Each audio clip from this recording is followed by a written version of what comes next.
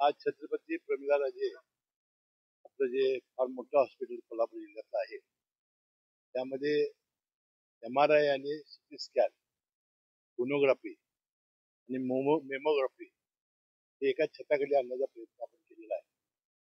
आणि मला वाटतं अतिशय लेटेस्ट अत्याधुनिक असं MRI आणि CT स्कॅन मशीनचं आज लोकार्पण झालेलं आहे. आपण बघितलं असेल की आपण पूर्णपणानं नूतनीकरण हातामध्ये घेतलेलं आहे. वास्तविक दीपावलीपूर्वीच मुख्यमंत्री महोदयांनी यावं आणि दोन्ही उपमुख्यमंत्री महोदयांनी यावं आणि याचं लोकार्पण करावं अशी माझी अपेक्षा होती. परंतु वाडाचं स्थलांतर करणं, ड्रेनेज चोकअप झालेले होते, रस्ते चांगले नव्हते, त्याला काही वेळ लागेल. परंतु जानेवारी एंड पर्यंत त्याचं पूर्णपणानं मुख्यमंत्री महोदयांच्या हस्ते याचं लोकार्पण आपण करणार.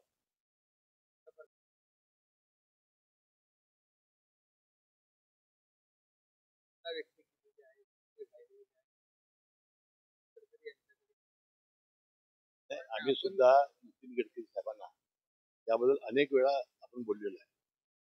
नितीन गडकरी साहेबांना हा जो कॉन्ट्रॅक्टर आहे त्याच्याबद्दल फार मोठा राग आहे. त्याला ते ब्लॅकलिस्ट करण्याच्या सुद्धा भेटात होते. परंतु काही तज्ञ अधिकाऱ्यांनी सांगितले की बाबा हा कोर्टात जाईल आणि काम रखडेल, म्हणून त्याची मुदत कधी आहे ते वाट पाहत आहेत. परंतु रस्त्याबद्दलच्या ज्या भावना लोकांच्या आहेत त्या खऱ्या आहेत.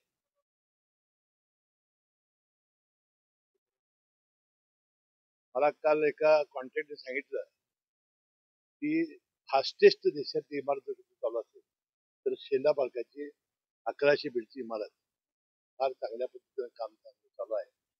ते 1.5 वर्षाचा आता कालावधी आहे, 6 महिने झालेले आहे. 1.5 वर्षात 1100 बेडचं पूर्णपणानं एक अत्याधुनिक हॉस्पिटल उभं राहील. मला काही माहिती मला माहिती दिवाळीच्या निमित्तानं त्या लावणी कार्यालयात कार्यालयात तर मला त्याची माहिती नाही. लावणीचं आपली मराठी संस्कृतीची लोककला आहे. कार्यालयात नाही, ते ठीक आहे, मी काही ती माहिती घेतलेली नाही, परंतु ती लोककला आहे असं आमचं मत. नेमकं माहितीचं काय, कारण पुन्हा एकदा स्वबळाची तयारी ठेवा कार्यकर्त्यांना. सगळ्या पक्षांनी तसं करायचं असते, स्वबळाची तयारी करायची असते. जमलं तर एकत्र करायचं असतं, नाहीतर स्वबळावर. परंतु झेंडा हा युतीचा. राष्ट्रवादीची तयारी कशी आहे? राष्ट्रवादीची तयारी कशी आहे? आता तुम्हाला दिसेलच.